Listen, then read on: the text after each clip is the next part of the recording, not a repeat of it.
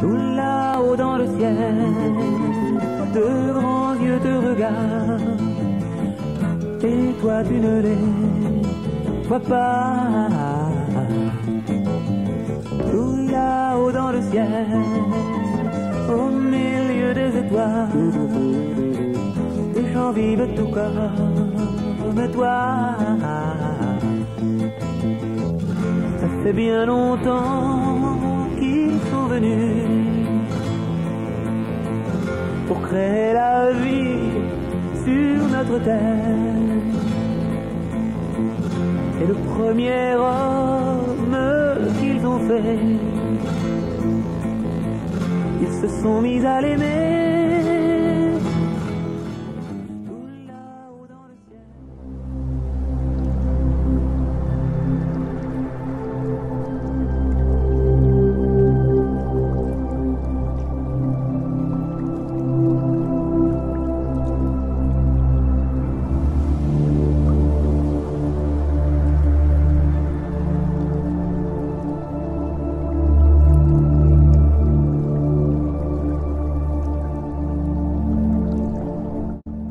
Très longtemps, sur la planète lointaine de ceux que nos ancêtres appelaient les Elohim, mot traduit de l'hébreu ancien par ceux qui sont venus du ciel, la science s'ouvrait sur des découvertes et des applications technologiques à haute dangerosité pour leur population. Profitant du fait que l'exploration spatiale avait déjà identifié des planètes susceptibles de porter la vie et que des missions d'explorateurs avaient préparé par terraforming des sols pouvant accueillir les différents groupes de scientifiques chargés de découvrir et d'exploiter les sols de ces mondes vierges, il fut donc convenu que les travaux interdits et jugés par trop dangereux sur leur monde pourraient être poursuivis sur ces terres où aucune forme de vie ne risquait d'être bouleversée.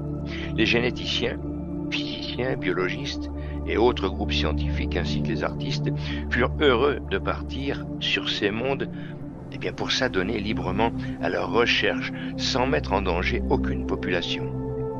3 planètes ont pu accueillir ces savants voyageurs enthousiastes et voir tous ces travaux commencer. Maîtrisant de mieux en mieux l'ADN, la création de la vie était l'un des travaux importants qui avait été la cause des interdits scientifiques. Installés dans ces nouveaux et magnifiques laboratoires, ils entamèrent leurs projets selon leur spécialité.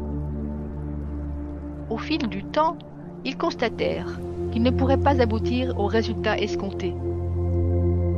Les conditions offertes par ces 3 planètes ne le leur permettaient pas. Une première planète, trop près de celle des Elohim, incita les opposants à la création à venir détruire l'ensemble des travaux en cours. La deuxième planète où se déroulaient les travaux était trop près de son soleil et la vie ne put se développer convenablement, entraînant la fin de toute activité. La troisième où se déroulaient ces travaux était, quant à elle, trop humide et la végétation étouffa toutes les formes de vie. Ils durent chercher un autre terrain propice à leur jeu de créateurs. À une année-lumière de leur planète d'origine, une planète semblait offrir les conditions qui manquaient aux précédentes pour aboutir à leurs souhaits. Elle était à l'origine bleue, entièrement recouverte d'eau. Avec les aménagements gigantesques nécessaires à sa viabilité qui avaient été effectués au préalable, elle était propice à les accueillir. Un immense continent avait été formé artificiellement par terraforming pour accueillir les équipes venues exploiter les ressources de ce monde vierge. 7 équipes de scientifiques rejoignirent ainsi les terraformeurs et s'installèrent sur ce continent. Dans les laboratoires qui poussèrent sur 7 endroits éloignés les uns des autres, bon nombre d'expériences, dont celles qui avaient été classées dangereuses par leur gouvernement, purent être réalisées en totale liberté. Certains spécialistes s'adonnèrent aux différents modèles de création de la vie. Il y a de cela quelques milliers d'années, de ces 7 laboratoires scientifiques commencèrent à sortir des formes de vie de plus en plus époustouflantes et magnifiques.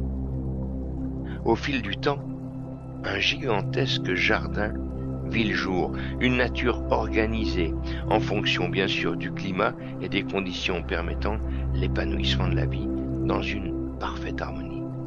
Insectes, ouvriers infatigables de la pollinisation, animaux aquatiques, volatiles, animaux terrestres, avec toutes les diversités connues encore aujourd'hui et celles disparues depuis longtemps, et bien sortir de ces laboratoires et sortir de l'esprit des savants et des artistes. La Terre, notre Terre prenait vie. 12 000 ans plus tard, c'est-à-dire 6 jours bibliques, dans les 7 laboratoires implantés sur ce vaste continent, un certain nombre de créateurs intrépides décidèrent de connivence entre eux et surtout secrètement, malgré les interdits stricts de leur hiérarchie, de passer outre ces directives. La tentation de scientifiques était trop forte. Chacune de ces équipes scientifiques et artistiques créa une souche humaine pouvant ressembler à ses créateurs. Ainsi, 7 souches humaines différentes virent le jour dans ces laboratoires.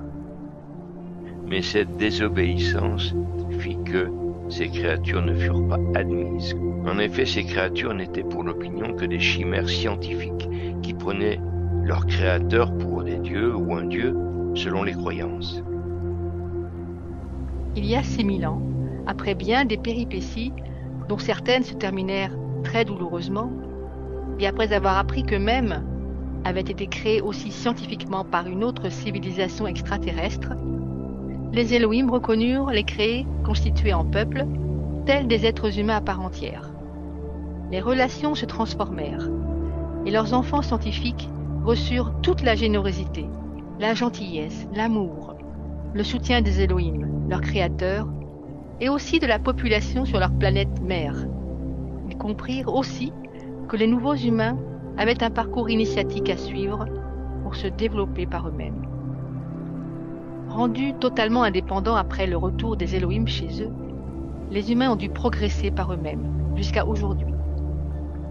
Ils doivent maintenant réussir la fin du parcours initiatique que toute civilisation naissante doit effectuer pour entrer dans le cercle des civilisations extraplanétaires accomplies. En effet, arrivée à l'ère scientifique où elle peut sortir de son système solaire, grâce à la puissance technologique qu'elle a créée, il s'offre à elle 2 choix possibles. Elle veut dominer ses semblables avec cette puissance et créer le climat de son autodestruction.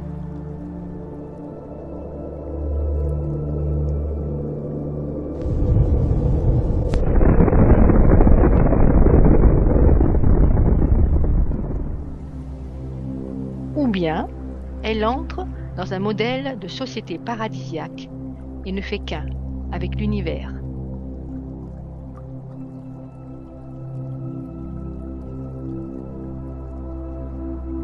Depuis environ 6000 ans, l'humanité a gravi les échelons qui l'ont amené à l'âge de l'Apocalypse, âge de la révélation, où elle peut comprendre, grâce à sa science, son origine scientifique et imaginer son avenir.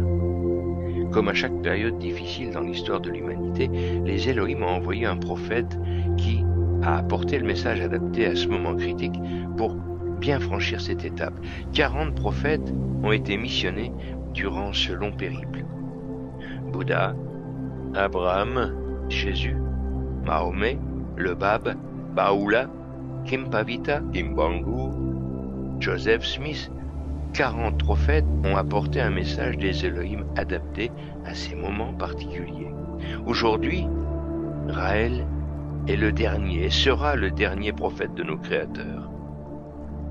Sa mission consiste à nous révéler notre origine scientifique et à nous donner les derniers conseils de nos pères pour réussir la dernière étape de notre parcours, pour sortir de cette ère, avouons-le, primitive et barbare, qui nous paralyse encore énormément. Nous sommes arrivés au moment où nous devons choisir le chemin du paradis ou celui de l'autodestruction. Depuis 1945, nous avons mal commencé notre entrée dans l'ère scientifique. 2 bombes atomiques sur un pays, ce n'est pas très honorable.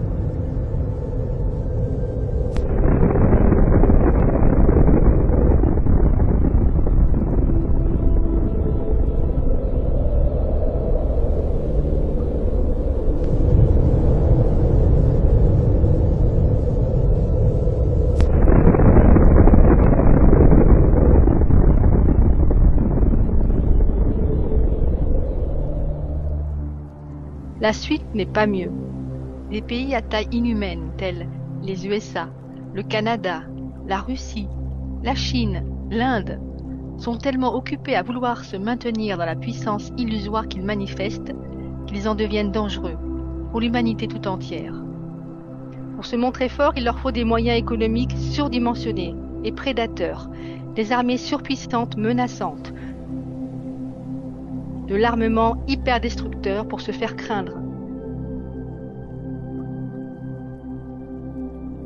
des industries écolophages et des politiques dictatoriales. Croyez-vous qu'avec l'état d'esprit des humains aujourd'hui, le paradis est à nos portes? Nous pouvons en douter. Il y a à faire et mettre en place un autre modèle de société qui nous aide à revenir sur une voie pacifique et acceptable pour être admis dans le cercle des civilisations extraplanétaires hautement abouties. Les Elohim espèrent nous voir réussir ce deal avant 2035. Après, ils n'ont plus beaucoup d'espoir pour nous. La régionalisation souveraine, fédérée au sein d'une mondialisation multipolaire, devrait peut-être voir le jour au plus vite. Si nous générons la paix mondiale, si nous mettons ensemble un modèle de société où l'être humain est au centre des préoccupations de chacun, c'est-à-dire en comprenant que sans amour il n'y a aucune chance d'aboutir, alors seulement à ces conditions, nous pourrons accueillir dans l'ambassade que nous aurons construite ceux qui nous ont créés scientifiquement et entrer ainsi dans le cercle des civilisations extraplanétaires hautement élevées de l'univers infini.